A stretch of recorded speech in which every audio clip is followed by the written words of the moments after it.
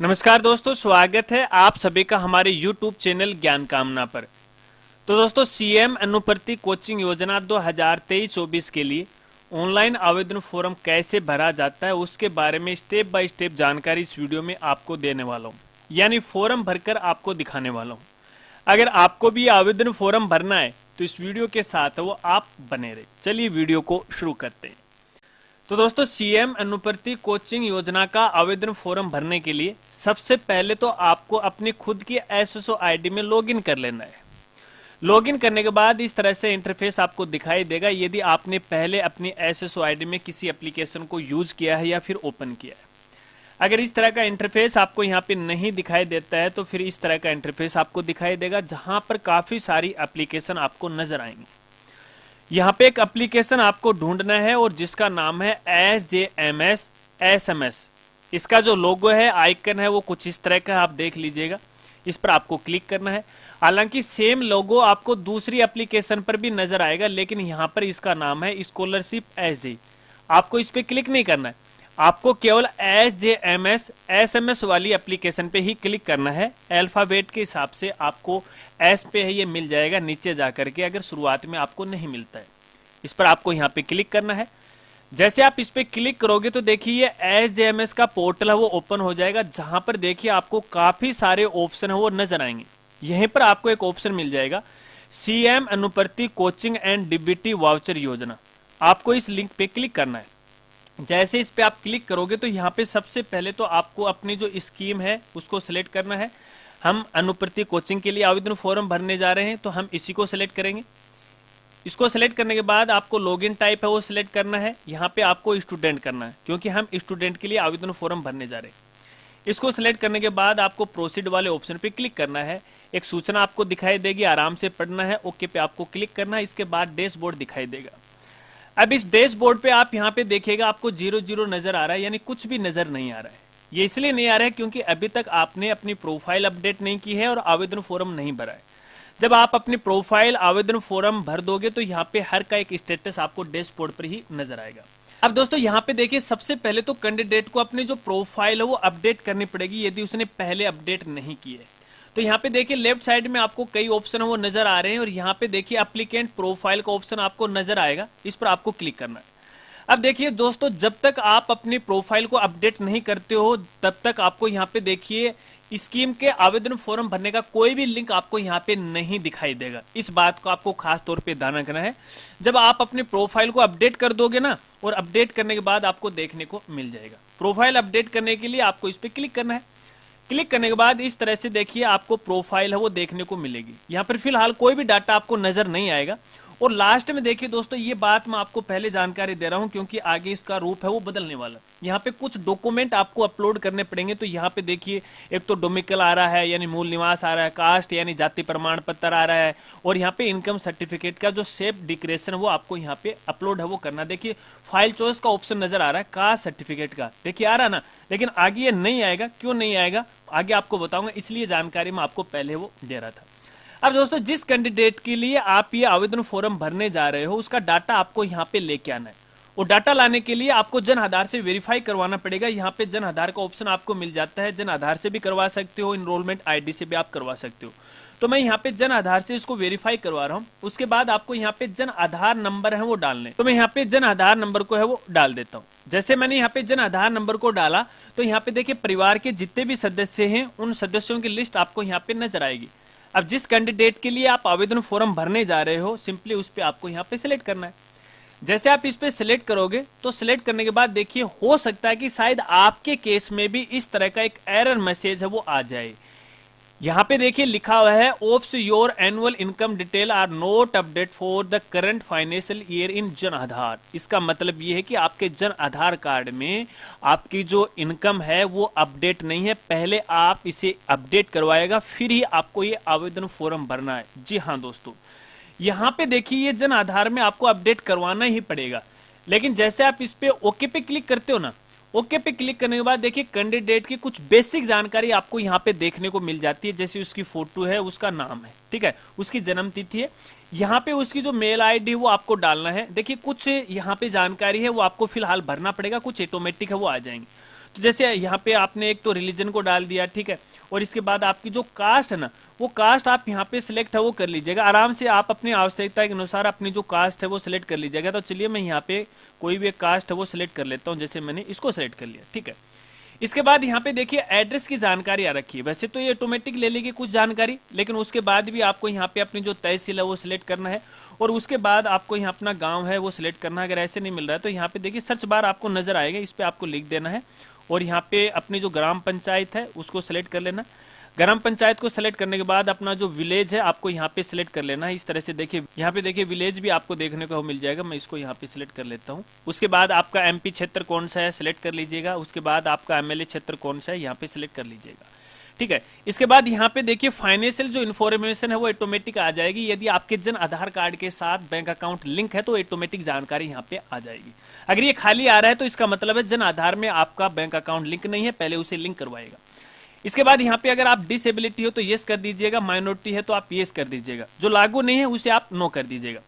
इसके बाद दोस्तों यहाँ पे देखिए डॉक्यूमेंट अपलोड। जैसे हमने जन आधार को डाला तो यहाँ पे देखिए एक तो अपना जो डोमिकल सर्टिफिकेट है यानी मूल निवास है उसके आगे ग्रीन मार्क आ चुका है, और जो कास्ट सर्टिफिकेट है उसके आगे भी यहाँ पे देखिए ग्रीन मार्क आ चुका है। अब इसका मतलब यह है कि इस कैंडिडेट का मूल निवास और यहाँ पे जाति प्रमाण पत्र है वो उसके जन आधार कार्ड के साथ लिंक है। तो यहाँ पे देखिए आपको ये डॉक्यूमेंट अपलोड करने की कोई आवश्यकता वो नहीं रहेगी। अगर यहाँ पे ये लिंक नहीं है तो पहले आपको इसको लिंक करवाना पड़ेगा। और जब भी हम नया कास्ट सर्टिफिकेट या जाति प्रमाण पत्र बनाते हैं तो जन आधार से बनाते हैं तो वो ऑटोमेटिक है वो लिंक हो जाता है। अगर आपका जन आधार कार्ड के साथ आपके डॉक्यूमेंट ये लिंक नहीं है, कैसे लिंक किया जाता है, तो इसके लिए भी हमारी अलग से वीडियो लिंक आपको वीडियो के डिस्क्रिप्शन में मिल जाएगा, जाके वो देख लीजिएगा। इसके बाद दोस्तों यहाँ पे देखिए सेल्फ डिक्लेरेशन इनकम सर्टिफिकेट के बारे में जानकारी यहाँ पे पूछी गई है। आपको यहाँ पे इनकम डालनी, ठीक है। जैसे मैंने यहाँ पे 50,000 रुपए है वो डाल दी। अब जैसे मैंने यहाँ पे इसको डाला तो यहाँ पे देखिए दोस्तों लास्ट के अंदर यहाँ पे कोई भी अपडेट या सबमिट का ऑप्शन आपको यहाँ पे नजर नहीं आ रहा है। इसका मतलब है हम प्रोफाइल को तो यहाँ पे सेव नहीं कर पाएंगे, और जब तक अपन प्रोफाइल को सेव नहीं कर पाएंगे तब तक तो यार हम अपने आगे का काम कैसे कर पाएंगे। तो यहाँ पे सेव का ऑप्शन नहीं आ रहा है। तो ये क्या समस्या है दोस्तों? ये समस्या यही है क्योंकि आपका जो जन आधार कार्ड है उसमें इनकम सर्टिफिकेट है या फिर आपकी जो इनकम है वो अपडेट नहीं है। जब वो अपडेट हो जाएगी तो ऑटोमेटिक लास्ट में आपको यहाँ पे सबमिट का ऑप्शन है वो नजर आ जाएगा। फिलहाल नहीं आ रहा है लेकिन आ जाएगा, ठीक है। अब मैं यहाँ पे देखिए जानकारी आपको इसलिए दे रहा था क्योंकि ये एक बड़ी समस्या थी हमारे साथियों के सामने, इसलिए मैंने आपको ये जानकारी दी ताकि आप बार बार नहीं भटके। क्योंकि यूट्यूब पर ऐसे ही फालतू में वीडियो लोग है वो बना रहे हैं, कोई किसी के पास कोई स्पष्ट जानकारी नहीं है, आधी अधूरी वीडियो बना के वो अपलोड कर देते, पुरानी वाली भी अपलोड कर देते। अब मैं यहाँ पे देखिए दोस्तों दूसरे जो कैंडिडेट है उसकी प्रोफाइल है मैं ओपन कर रहा हूं और यहाँ पे आगे की प्रोसेस मैं आपको बता रहा हूं। तो देखिए दोस्तों मैंने यहाँ पे दूसरे कैंडिडेट की प्रोफाइल को है वो ओपन कर लिया है, और जैसे हम अपने प्रोफाइल को अपडेट कर देते हैं तो अपडेट करने के बाद देखिए यहाँ पे और काफी सारे ऑप्शन आपको यहाँ पे देखने को मिल जाते हैं। देखिए पहले कम यहाँ पे ऑप्शन देखने को मिल रहे थे, अब यहाँ पे देखिए तो प्रोफाइल लिस्ट आ गई है, अप्लाई स्कीम आ गई है, एप्लीकेशन लिस्ट आ गई है, ठीक है। ये 3 ऑप्शन और जुड़ के यहाँ पे आ चुके हैं। अगर आपको नहीं पता है तो पहले बैक से वीडियो देख लीजिएगा, आपको कन्फर्म है वो हो जाएगा। अब दोस्तों मान लीजिए आपने अपनी प्रोफाइल अपडेट कर दी, और प्रोफाइल अपडेट करने के बाद यदि कोई छोटी मोटी मिस्टेक हो जाती है, अगर आप उसे अपडेट करना चाहते हैं तो यहाँ पे देखिए प्रोफाइल लिस्ट का आपको ऑप्शन नजर आ रहा है, इस पर आपको क्लिक करना है और यहाँ पे आपकी प्रोफाइल नजर आएगी, एडिट का ऑप्शन आपको मिल जाएगा, और जैसे हमने पहले यहाँ पे डाटा अपडेट किया था ना वैसा का वैसा आपको यहाँ पे देखने को मिल जाएगा। सेव प्रोफाइल करने के बाद देखिए यहाँ पे एप्लीकेंट प्रोफाइल क्रिएट सक्सेसफुली का मैसेज है आपकी स्क्रीन पे आ जाएगा। ओके पे आपको यहाँ पे क्लिक करना है। ओके पे क्लिक करने के बाद दोस्तों यहाँ पे स्कीम का नाम एक बार फिर से आपको यहाँ पे दिखाई देगा, यानी किस स्कीम के लिए आप ये फॉर्म है वो अप्लाई कर रहे हो। तो यहाँ पे देखिए एक्शन आ रखा है, ठीक है, अप्लाई फॉर स्कीम। देखिए अनुप्रति कोचिंग योजना के सामने अप्लाई फॉर्म स्कीम आ रखा है, इसको आपको यहाँ पे सिलेक्ट है वो कर लेना। तो चलिए मैं इसको सिलेक्ट करता हूँ। सिलेक्ट करने के बाद देखिए फ्रेंड्स यहाँ पे आपका जो फॉर्म है वो यहाँ पे इस तरह से आ जाएगा। जो भी डिटेल आपने पहले भरी थी वो सारी डिटेल यहाँ पे आ जाएगी, तो आपकी ये प्रोसेस कंप्लीट हो जाएगी। इसके बाद दोस्तों यहाँ पे देख लीजिए अगली जो प्रोसेस है, यहाँ पे आपको जो अपनी एग्जाम है या जो कोर्स है वो आपको सिलेक्ट करना है, यानी आप कौन सी कोचिंग कर रहे हो, कौन सा कोर्स कर रहे हो, वो कोर्स आपको यहाँ पे सिलेक्ट कर लेना। जो भी कोर्स यहाँ पे दे रखा है वो एक एक यहाँ पे देख सकते हैं, सारे जो कोर्स है यहाँ पे आपको मिल जाएंगे। तो मैं यहाँ पे रिट एग्जाम को सिलेक्ट है वो कर रहा हूँ। इसके अलावा यदि आप सब इंस्पेक्टर या फिर यूपीएससी की एग्जाम या आरपीसी की एग्जाम के लिए अप्लाई कर रहे हो तो आप अपने आवश्यकता के अनुसार कोई भी एक एग्जाम है यहाँ पे सिलेक्ट है वो कर लीजिएगा। मैं रिट एग्जाम को यहाँ पे सिलेक्ट करता हूँ। रिट एग्जाम को सिलेक्ट करने के बाद यहाँ पे जो इंस्टीट्यूट है वो इंस्टीट्यूट का सिलेक्ट करना है, यानी कौन सा इंस्टीट्यूट है उस उसको आपको सिलेक्ट कर लेना है। यदि आपका जो इंस्टीट्यूट है यदि पोर्टल के ऊपर रजिस्टर है, अगर इंस्टीट्यूट वालों ने अपनी कोचिंग को पोर्टल के ऊपर रजिस्टर्ड किया है तो आपको यहाँ पे नाम है वो दिखाई देगा, वरना नाम आपको यहाँ पे नहीं दिखाई देगा। जिस कोचिंग में आप कोचिंग करने जा रहे हो और उस कोचिंग का नाम आपको यहाँ नहीं दिखाई दे रहा है तो भैया संबंधित अपनी कोचिंग से संपर्क कीजिएगा और उनको ये कहो कि भैया आप अपनी कोचिंग का ऑनलाइन है अनुप्रति कोचिंग योजना के तहत वो रजिस्टर है वो कर लीजिएगा, ताकि हम फॉर्म है वो आसानी से भर सके। तो चलिए मैं यहाँ पे एक बार इस एकेडमी को सिलेक्ट है वो कर लेता हूँ। चलिए ये सिलेक्ट करने के बाद यहाँ पे देखिए, यहाँ अगला जो ऑप्शन यहाँ पे आ रहा है, are you stay in hostel. अगर आप हॉस्टल में रहते हो तो आपको येस करना है। जब आप हॉस्टल में रहते हो यहाँ पर भी आपको एक्स्ट्रा राशि है वो दी जाएगी। तो देखिए यहाँ पे येस मैं कर लेता हूँ, ठीक है। इसको येस करने के बाद यहाँ पे हॉस्टल से संबंधित जानकारी आपको यहाँ पे देनी है और यहाँ पे आपके हॉस्टल का नाम क्या है वो आपको यहाँ पे डालना है, एड्रेस पता है, पूरा नाम आपको यहाँ पे डाल देना है, ठीक है। अब जो हॉस्टल वार्डन है उसका नाम भी आपको डालना पड़ेगा, वार्डन के जो आधार नंबर है वो भी आपको डालना पड़ेंगे और उसके मोबाइल नंबर है वो भी डालने पड़ेंगे, क्योंकि डिपार्टमेंट के द्वारा वार्डन के पास कॉल किया जाएगा और वो वेरिफिकेशन किया जाएगा आपका कि वास्तव में आप हॉस्टल में रह रहे हो या नहीं रहे हो। अगर आप हॉस्टल में नहीं रहते हो तब आपको यहाँ पे नो कर देना, ठीक है। नो करने के बाद आपको हॉस्टल की इंफॉर्मेशन वो नहीं भरनी पड़ेगी। और इसके बाद यहाँ पे देखिए आपके सामने दो ऑप्शन आ जाएंगे। सबसे पहले तो यहाँ पे देखिए आपकी जो बीएड या फिर एसटीसी है, क्योंकि रिट की एग्जाम के लिए भी ये कंपलसरी होती है, तो ऐसे में बीएड या एसटीसी का जो डॉक्यूमेंट है आपको यहाँ पे अपलोड करना है। कितने जो परसेंटेज आए वो आपको यहाँ पे डालने हैं, कौन सी जो यूनिवर्सिटी थी वो आपको यहाँ पे सिलेक्ट है वो कर लेना है। इसके बाद यहाँ पे जो 12th का जो सर्टिफिकेट है यानी मार्कशीट और सर्टिफिकेट आजकल दोनों एक साथ ही आते हैं, तो वो डॉक्यूमेंट आपको यहाँ पे अपलोड करने, कितना परसेंटेज आया है वो आपको यहाँ पे भरना है और कौन सा जो बोर्ड है आपको यहाँ से सिलेक्ट है वो कर लेना। अगर मान लीजिए दोस्तों अगर आप बीएड या एसटीसी करो और बोर्ड आपको यहाँ पे सिलेक्ट नहीं हो रहा है तो इसको रहने दीजिएगा, कोई दिक्कत नहीं है। परसेंटेज है यहाँ पे लागू नहीं, बोर्ड और परसेंटेज है बीएसटीसी और बीएड के लिए लागू नहीं है, तो आप इसे रहने दीजिएगा, कोई दिक्कत यहाँ पे नहीं आने वाली है। लेकिन अगर आपका सिलेक्शन होगा तो वो होगा दोस्तों यहाँ पे 12th बेस के आधार पर, मेरिट बेस पे आपका सिलेक्शन होगा। अब ये जरूरी नहीं है अगर आपने ये फॉर्म भर दिया तो फॉर्म भरते ही आपको भी यहाँ पे राशि वो मिल जाएगी, ये जरूरी नहीं है, क्योंकि मेरिट के आधार पर स्टूडेंट का सिलेक्शन है वो किया जाएगा, उन्हीं स्टूडेंट को ये स्कॉलरशिप है वो दी जाएगी। तो इस बात को भी आपको ध्यान रखना है। इसके बाद दोस्तों यहाँ पे आपको यहाँ पे फाइनली सबमिट है वो कर देना है। फाइनली सबमिट करने के बाद आपका देखिए वापस जब आप डैशबोर्ड के ऊपर आओगे तो यहाँ पे आपका जो एप्लीकेशन नंबर है और इंस्टीट्यूट की डिटेल है आपको यहाँ पे दिख जाएगी, एक एक करके आपको यहाँ आ जाएगा और यहाँ पे आपकी जो स्थिति है वो भी आपको दिखा देगा। तो देखिए यहाँ पे देखिए फिलहाल यहाँ इंस्टीट्यूट अप्रूव करेगा। देखिए सबसे पहले जो आपका जो फॉर्म है जैसे आप फाइनली सबमिट करते हो तो देखिए यहाँ पे इंस्टीट्यूट के पास जाएगा, ठीक है। इंस्टीट्यूट के पास जाते ही इंस्टीट्यूट उसको वेरीफाई करेगा कि हाँ ये बच्चा है वो हमारे पास है।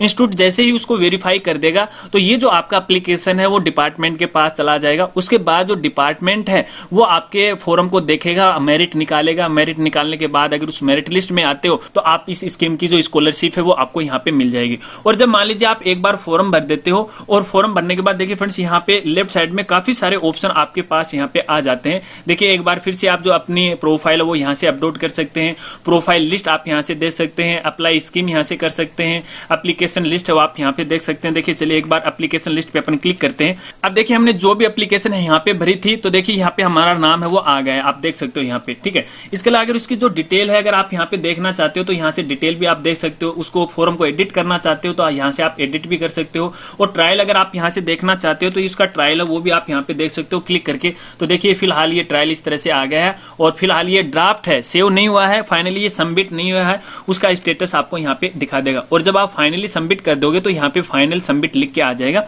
मैं यहाँ पर इस फॉर्म को फाइनली सबमिट नहीं कर रहा हूँ क्योंकि केवल आपको एक डेमो वीडियो दे रहा हूँ। उसके बाद यहीं से आप इसका जो स्टेटस है वो आप यहाँ पे पता लगा सकते हो। इसके अलावा यहाँ पे देखिए अप्लाई स्कीम पे क्लिक करोगे, अगर दूसरी स्कीम का अगर आप फायदा उठाना चाहते हो तो यहाँ पे देखिए स्कीम है वो पहले की तरह यहाँ पे आ जाएगी, पूरी डिटेल आपको यहाँ पे मिल जाएगी और यहीं से आप अपने एप्लीकेशन के जो स्टेटस है वो बार बार यहाँ से आप चेक कर सकते हो, ठीक है। अगर एक ही परिवार के आप 2 या 2 से अधिक जो कैंडिडेट हैं इसके लिए अप्लाई कर रहे हो तो इसी एसएसओ आईडी की मदद से आप और ज्यादा वो कर सकते हो। और यहाँ पे देखिए एप्लीकेंट प्रोफाइल, देखिए यहाँ पे जब आप क्लिक करोगे तो फिर से एक बार आपको जन आधार करना। मान लीजिए आप एक ही परिवार से 2 कैंडिडेट का फॉर्म ऑनलाइन भर रहे हो, एक ही एसएसओ आईडी, तो उस कैंडिडेट का जो अपने एक बार फिर से आप अपना जो जन आधार कार्ड नंबर आपको यहाँ पे डाल देना है और उस कैंडिडेट का सिलेक्ट कर लेना है। फिर जो मैंने आगे की प्रोसेस बताई वो सेम की सेम प्रोसेस है, आपको इसी तरह से वो करनी है। तो दोस्तों इस प्रकार से तो अपन सीएम अनुप्रति कोचिंग योजना के लिए आवेदन फॉर्म भर सकते हैं, शायद आप समझ गए होंगे।